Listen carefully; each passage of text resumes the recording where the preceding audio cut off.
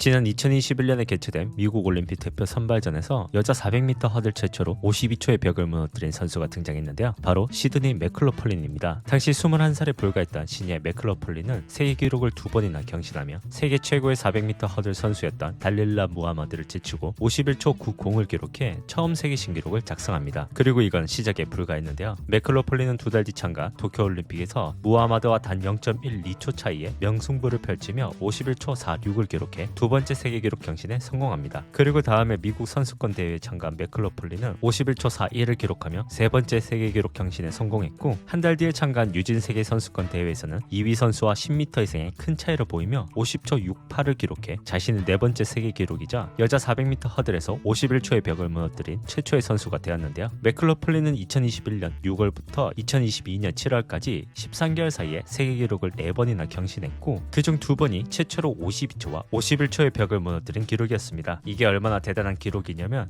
여자 400m 허들 기록이 53초에서 52초대로 경신된 게 1986년입니다. 그리고 52초에서 51초대로 경신된 게 2021년으로 무려 35년이란 긴 시간이 걸렸는데요. 그런데 51초에서 50초로 경신되는데 걸린 시간은 단 1년에 불과했던 겁니다. 맥클로플린은 고등학교 시절부터 뛰어난 실력을 가진 유망주로 유명했었는데요. 2016년 당시 16살의 미국 올림픽 대표 선발전에 참가한 맥클로플린은 400m 허들에서 54초 15를 기록해 세계 주니어 신기록을 작성했고, 미국 육상 역사상 두 번째로 어린 국가대표 선수가 되어 리우 올림픽에 참가하게 됩니다. 맥클로플린은 고등학교 시절 100m 허들, 300m 허들, 400m 허들, 400m 계주 등에서 20개가 넘는 기록을 경신해 주목받았는데요. 당시 미국 유명 스포츠 잡지인 스포츠 일러스트레이티드에서는 맥클로플린을 표지로 선정하며 이렇게 설명했는데요. 역사상 가장 압도적인 고등학교 육상 선수. 부상에서 돌아온 맥클로플린은 이번 미국 올림픽 대표 선발전 400m 허들에서 50초 65를 기록해 2년 만에 참가한 400m 허들 경기에서 바로 세계 신기록을 작성하며 5번째 세계 기록 경신에 성공했는데요. 맥클로플린은 여자 400m 허들 세계 기록, 올림픽 기록, 세계 선수권 기록을 모두 보유한 선수로 이번 파리 올림픽에서 여자 400m 허들 2연패에 도전하는데요. 과연 맥클로플린은 압도적인 기량을 보여주며 금메달을 차지할 수 있을까요? 또 자신이 도쿄올림픽에서 세웠던 올림픽 기록을 경신할 수 있을까요?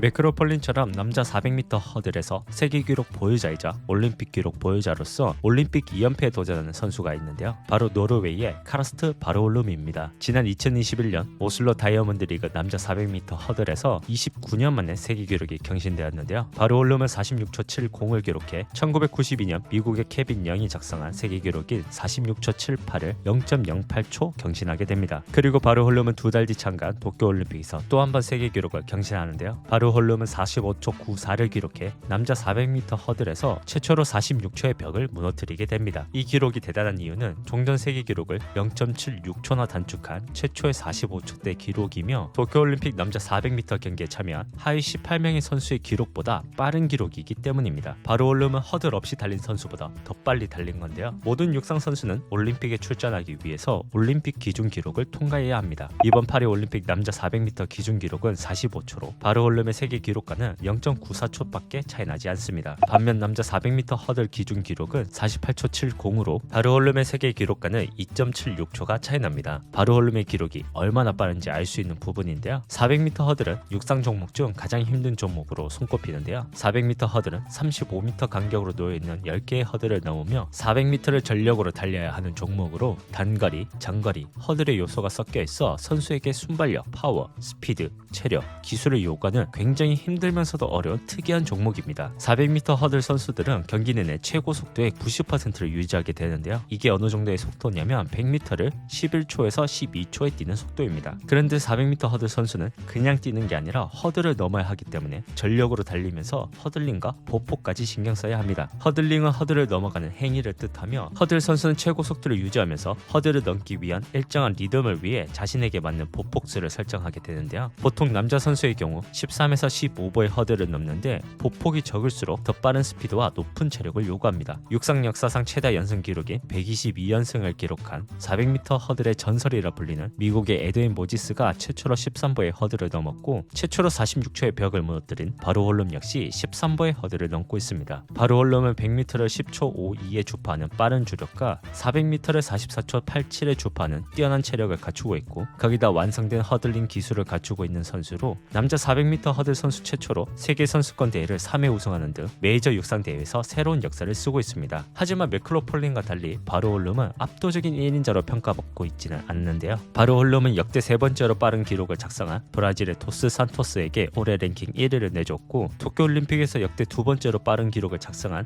미국의 라이 벤자민과 계속해서 경쟁을 펼치고 있습니다. 바로 홀름은 이번 파리올림픽에서 경쟁자들을 물리치고 올림픽 2연패에 성공할 수 있을까요? 바로 홀름과 같은 노르웨이 선수로 어린 나이에 각종 기록을 경신하며 전 세계로부터 주목받는 육상 선수가 있는데요. 바로 도쿄올림픽 1500m 금메달리스트 야콥 잉게브릭센입니다. 잉게브릭센이 주목받기 시작한 건 16살에 불과했던 2017년부터인데요. 잉게브릭센은 16살에 이미 노르웨이 선수권 대회에서 1500m, 3000m, 5000m 중장거리 종목에서 금메달을 목에 걸었고 2017 유진 다이아몬드 리그 1마일에서는 3분 58초 07을 기록해 1마일을 4분 이내에 완주한 역사상 가장 어린 선수로 등극합니다. 그리고 잉게브릭센이 1년 뒤 17살에 참가한 유럽 선수권 대회 1500m, 5000m에서 우승하며 2관왕을 차지했고 그 다음에 출전한 유럽 선수권 대회에서도 1500m 은메달, 3000m 금메달을 차지하며 잉게브릭센은 18살에 이미 세계적인 중장거리 선수로 성장했는데요. 그리고 잉게브릭센은 2021년 첫 올림픽인 도쿄올림픽 1500m에서 3분 28초 32를 기록해 금메달을 목에 걸며 20살의 어린 나이에 이미 세계 최고의 중장거리 선수 중 한 명으로 거듭나게 됩니다. 잉게브릭센이 어린 나이에도 불구하고 국제적으로 좋은 성적을 보이자 사람들은 잉게브릭센의 지구력 훈련 방식인 노르웨이 모델에 주목하기 시작했는데요. 최근 몇 년 사이 육상 중장거리 종목과 트라이애슬론 등 지구력 스포츠에서 노르웨이 선수들이 좋은 모습을 보이고 있는데요. 아이언맨 세계 챔피언인 구스타프 이렌, 도쿄올림픽 트라이애슬론 금메달리스트 크리스티안 블루멘펠트, 그리고 도쿄올림픽 1500m 금메달리스트 잉게브릭센까지 모든 노르웨이 선수가 노르웨이 모델로 지구력 훈련을 하고 있습니다. 노르웨이 모델을 간단히 설명하자면 먼저 훈련 세션의 대부분을 저강도로 진행하고 일부 세션은 힘든 고강도 운동으로 진행합니다. 고강도 훈련이 이뤄지는 날에는 다른 지구력 훈련 프로그램에서는 하루에 한 번 진행되는 것과는 달리 오전 오후 두 번에 걸쳐 진행되며 운동을 하는 동안 젖산 역체를 반복적으로 측정해 원하는 범위에 머무르는지 확인하는 훈련 방식인데요. 고강도 훈련은 신체에 많은 데미지를 가는 만큼 혈중 젖산 농도를 지속적으로 확인하고 정확히 조절해 훈련의 결과를 극대화하는 방식입니다. 잉게베릭센이 도쿄올림픽 1500m에서 우승을 차지하고 실내 1500m 세계기록, 세계선수권대회 5000m에서 우승하며 좋은 성적을 기록했기에 자연스럽게 노르웨이 모델도 새로운 지구력 훈련의 트렌드로 떠올랐는데요. 하지만 잉게베릭센이 2022 유진 세계선수권대회 1500m에서 영국의 제이크 와이트먼에게 금메달을 내주고 2023 부다페스트 세계선수권대회 1500m에서는 영국의 조시커에게 금메달을 내주며 2년 연속 금메달을 놓치게 됩니다. 잉게베릭센은 주종목인 1500m에서 계속해서 우승을 놓치며 실력과 훈련 방식에 대해 의심받고 있는데요. 하지만 잉게베릭센은 파리올림픽을 한 달 앞두고 참가한 대회에서 1500m 개인 최고 기록이자 세계 기록과 단 0.73초밖에 차이 나지 않는 3분 26초 73을 기록했는데요. 과연 잉게베릭센은 라이벌인 조시커를 이기고 파리올림픽 1500m에서 2연패를 성공해 다시 한번 세계 최고의 중량거리 선수임을 증명할 수 있을까요? 남자 1500m에서 잉게베릭센을 주목해야 한다면 여자 1500m에서는 이 선수를 주목해야 하는데요. 바로 육상 중장거리 장거리 강국인 케냐의 페이스 킴예곤입니다. 킴예곤은 세계 유스 선수권 대회를 시작으로 세계 주니어 선수권 대회, 세계 선수권 대회를 차례로 섰거나 여자 1500m 1인자인데요. 킴예곤은 지난 2023년에 참가한 골든 갈라에서 3분 49초 11을 기록해 첫 번째 세계 기록 경신이자 여자 1500m 최초로 3분 50초의 벽을 무너뜨리게 됩니다. 종전 세계 기록은 제네제베 디바바가 2015년 기록한 3분 50초 07로 킴예곤은 약 1초를 단축했는데요. 그리고 킴예곤은 지난달 참가 파리 다이아몬드 리그에서 3분 49초 04를 기록해 또 한 번 세계 기록을 경신하게 됩니다.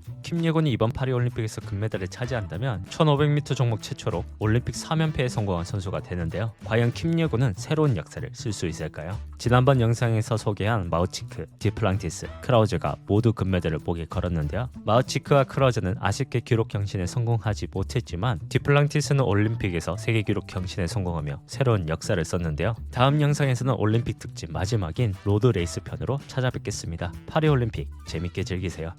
영상 시청해 주셔서 감사합니다. 애슬레틱 라이프입니다.